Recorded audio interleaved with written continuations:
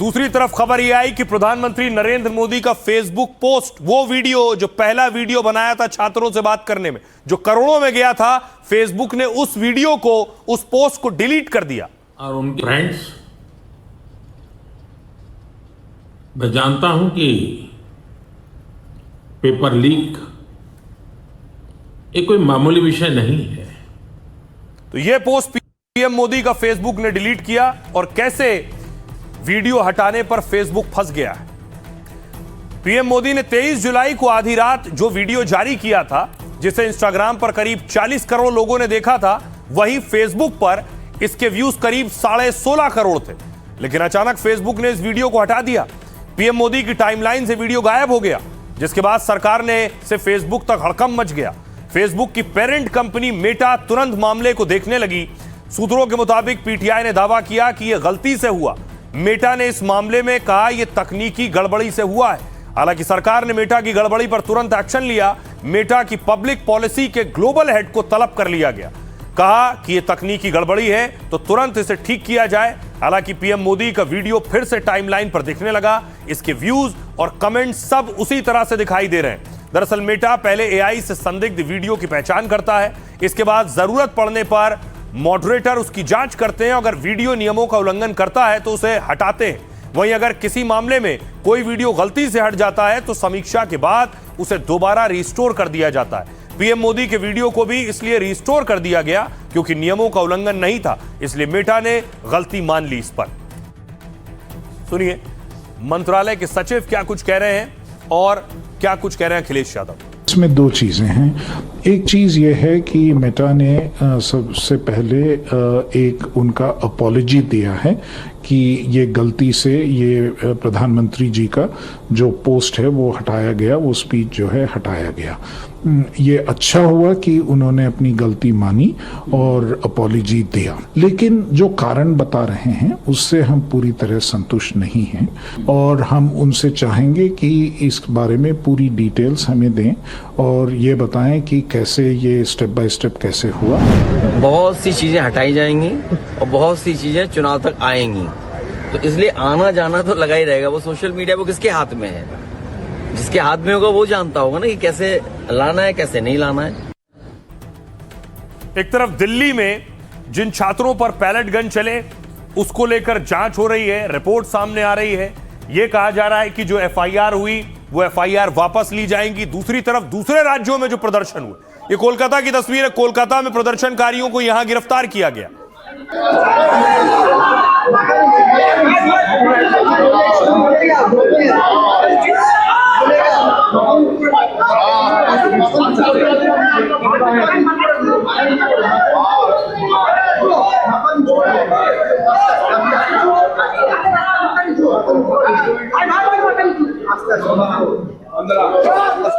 तो कोलकाता की तरह ही बिहार में भी प्रदर्शन करने वालों को गिरफ्तार किया गया था, लेकिन यह कहा गया है कि सभी को छोड़ दिया जाए।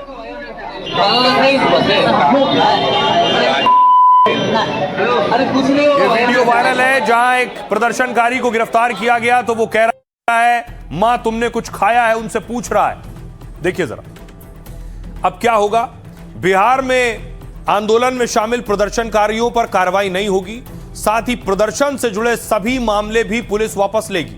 26 जुलाई शाम 6 बजे से पहले दर्ज सभी मामले वापस होंगे। अगर किसी की गिरफ्तारी हुई है तो उसे तुरंत रिहा किया जाएगा। इनमें से किसी के खिलाफ भविष्य में कोई एक्शन नहीं होगा। इसके लिए सरकार के गृह विभाग ने आदेश जारी किया है और इस बीच पटना हाईकोर्ट ने 3 स्पेशल कोर्ट बनाने का फैसला किया है। ये fast track special court Patna, Lakhisarai और पूर्णिया में होंगे। इनमें परीक्षा में धांधली और पेपर लीक जैसे केस की सुनवाई होगी। इन अदालतों में चार्जशीट के 3 महीने के भीतर अंतिम फैसला होगा। असम में देखिए, असम सरकार ने भी आंदोलनकारी छात्रों को राहत दी है। प्रदर्शन में शामिल होने वालों के खिलाफ कोई एक्शन नहीं होगा।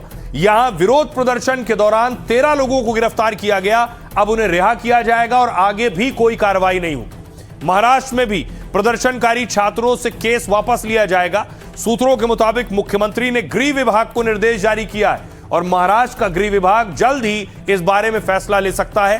केंद्र सरकार ने सीजेपी को छात्रों पर दर्ज केस वापस लेने का भरोसा दिया है। महाराष्ट्र में पेपर लीक मामलों के लिए 2 फास्ट ट्रैक कोर्ट भी बने हैं। हाईकोर्ट के आदेश से स्पेशल कोर्ट औरंगाबाद और नागपुर में बना है। सुनिए क्या कुछ कह रहे हैं वकील और छात्र।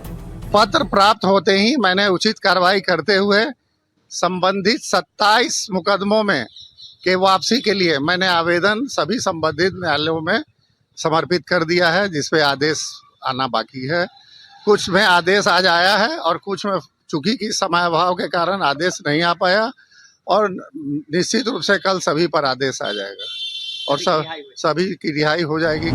ये हमारे नागरिक है, हमारे भविष्य है। ये बच्चों के भविष्य के बारे में सोचने चाहिए और उनके लॉ एंड ऑर्डर की चिंता सबसे प्रधान रखिए। पुलिस को ऐसे इस किस्म के जो कुछ वो लोग किए हैं, ये सब सोचने की बात है। हम चाहते हैं कि पार्लियामेंट में, संसद में आके गृह मंत्री और सरकार हमें बताइए साफ साफ कि क्यों कर रहे हैं, क्या कर रहे हैं। केंद्र या बीजेपी राज्यों से जुड़े हुए सारे शर्तों को पूरा किया, केस उठाना, ये वो सारे चीज। प्रधानमंत्री तो संवेदनशीलता दिखाया, सीधे छात्रों के हित के लिए जो कदम छात्रों की मांग था सब। ये सरकार की जिम्मेवारी है। जब भारत सरकार ने कमिटमेंट कर दिया, समझौता कर लिया कि सारे केस वापस लिए जाएंगे, तो बिहार सरकार को भी इसका ध्यान रखना चाहिए। लेकिन कल हम लोगों के दबाव में इन लोगों ने एक चिट्ठी निकाली है। इस चिट्ठी का पालन होना चाहिए और विद इमीडिएट इफेक्ट जो चिट्ठी में है, नहीं तो आंदोलन तो होगा ही अगर नहीं करेंगे। महाराष्ट्र के सीएम फडणवीस साहब उनकी बात स्पष्ट करें कि ये एफआईआर पीछे लेने वाले हैं या नहीं। ये तो बात एक है क्योंकि केंद्र सरकार ने तो वचन दिया है, लेकिन भाजपा कौन सी है जो वचन को पालती है। तो ये एक बात हुई, लेकिन हम हमारा वचन पालेंगे और जो भी शिवसेना ubtlegal@gmail.com पे उनकी नोटिस एफआईआर हमें भेजेगा, उसके लिए हम महाराष्ट्र में लड़ेंगे केस। स्टूडेंट्स की प्रोफाइलिंग की, हेवी सर्वेलेंस से उनको टारगेट किया, नोटिसेस भेजे, डिटेंशन किया, कहीं बिहार में 9 एफआईआर किया लोगों पर, अटेम्प्ट टू मर्डर तक के चार्जेस में उनको जेल में भेजा। दिल्ली में आपने खासकर और बंगाल में अलग अलग जगहों पे मुस्लिम स्टूडेंट एक्टिविस्ट की प्रोफाइलिंग की और उनका विछाण शुरू किया। तो सुप्रीम कोर्ट के ऑर्डर को हम वेलकम ही करते हैं, लेकिन इस बात के साथ कि होना ही नहीं चाहिए था। अब देखिए क्या ये छात्रों के प्रदर्शन का ही असर है कि उत्तर प्रदेश में आजम खान की यूनिवर्सिटी, जौहर यूनिवर्सिटी पर बुलडोजर चलना था। 38 भवनों पर बुलडोजर चलना था। यहां बताया गया कि 38 भवन अवैध रूप से बनाए गए हैं, बुलडोजर चलाने की तैयारी हो रही थी। इस बीच छात्रों ने प्रदर्शन करना शुरू कर दिया। छात्र जौहर यूनिवर्सिटी के सड़कों पर बैठ गए, यहां भी आंदोलन करने लगे। लेकिन अब खबर यह आई कि जौहर यूनिवर्सिटी पर बुलडोजर नहीं चलेगा, जिसके बाद छात्र जश्न मना रहे हैं। देखिए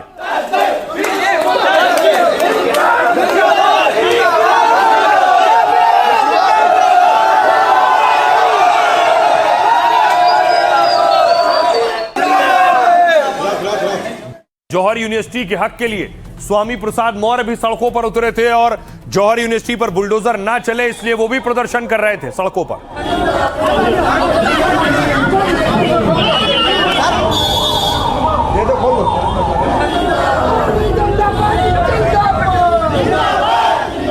पुलिस प्रशासन से कोई लड़ाई नहीं है, पुलिस से टकराना हमारा धर्म नहीं है, हम सरकार से टकराते हैं। अब सवाल यह है कि आजम की यूनिवर्सिटी पर तो बुलडोजर चलना था, तो एक्शन टला क्यों? आपको वजह बताता हूं क्या वजह हो सकती है। पहली वजह क्या आंदोलन है। दिल्ली में छात्र आंदोलन से शिक्षा मंत्री का इस्तीफा हुआ। इस आंदोलन के बाद देश के युवाओं के हौसले बुलंद हैं। अगर यूनिवर्सिटी के खिलाफ एक्शन लिया जाता तो यूपी और रामपुर में भी आंदोलन शुरू हो सकता था, जो चुनाव से कुछ ही महीने पहले परेशानी बन सकता था। 10 दिन छात्र धरने पर बैठे रहे, सपा नेता भी वहां गए थे। दूसरी वजह 3000 छात्र, यूनिवर्सिटी में करीब 3000 छात्र छात्राएं पढ़ाई कर रहे हैं। विश्वविद्यालय के अंदर 16 डिपार्टमेंट, कई इंस्टीट्यूट भी हैं। यहां मेडिकल, इंजीनियरिंग, कानून और मैनेजमेंट के कोर्स हैं। दावा है कि इतने कोर्स के हजारों छात्रों की पढ़ाई का आखिर क्या होगा। आसपास ऐसे कॉलेज नहीं है जहां सभी छात्रों को शिफ्ट कर सके। शिफ्ट करना व्यवहारिक नहीं है, किया भी तो सुविधा नहीं मिलेगी। तीसरी वजह लोकल सपोर्ट, यूनिवर्सिटी का नाम मोहम्मद अली जौहर के नाम पर है और जो बड़े शिक्षाविद, स्वतंत्रता सेनानी, कवि और पत्रकार थे। ऐसे में स्थानीय स्तर पर यूनिवर्सिटी को लोगों का सपोर्ट है। आजम के कई विरोधी भी यूनिवर्सिटी पर कार्रवाई नहीं चाहते।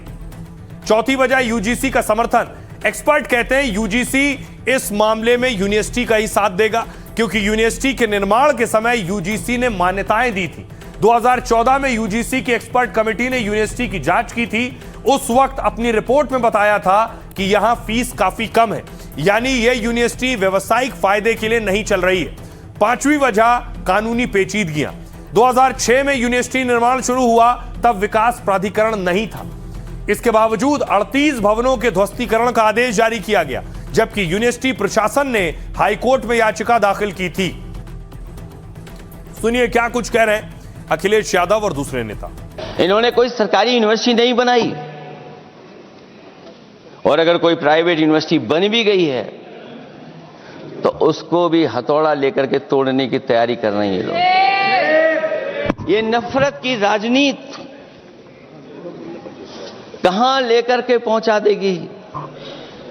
और जब से बीजेपी की सरकार आई है तब से नफरत की राजनीति और दूसरे लोगों के साथ किस तरह का व्यवहार हो रहा है, उन्हें कहीं भी न्याय तक नहीं दिला पाई सरकार। समाजवादी पार्टी ने आजम खां जी को ठीक करने के लिए ना तो नक्शा पास किया, सरकार थी तो नक्शा पास कर देना चाहिए था, और जो जमीन सरकारी है उस पर सरकारी धन दे के बिल्डिंग बनवा दिया।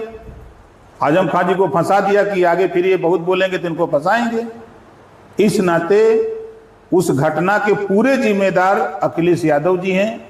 इन्होंने आजम खां को फंसाने के लिए, जब सरकार थी तो आपने उस सरकारी जमीन को यूनिवर्सिटी के नाम क्यों नहीं चेंज किया?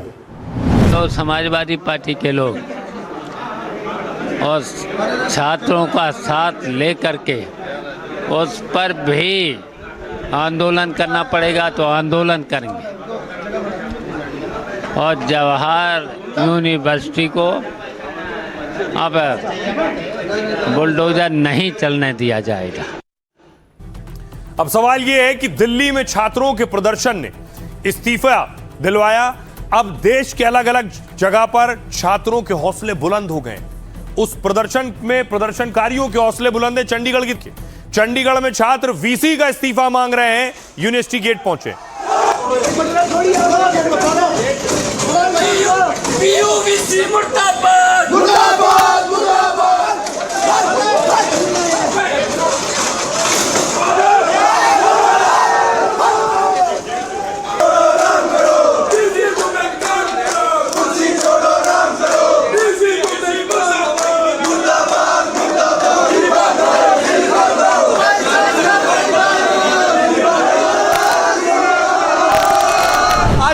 इस्तीफा चाहिए।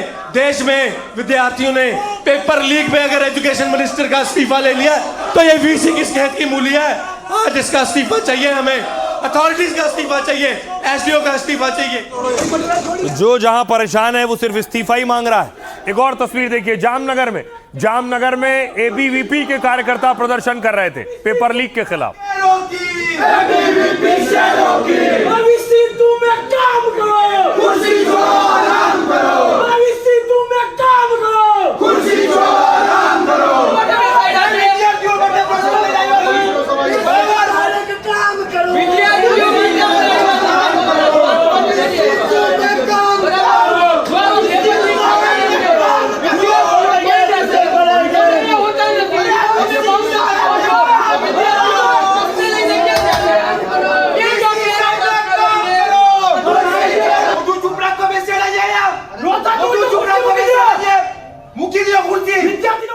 तो शहर शहर इस्तीफे मांगे जा रहे हैं। कोलकाता लिए चलता हूं। कोलकाता में एसएफआई प्रदर्शन कर रहा था, सड़कों पर उतरा हुआ था।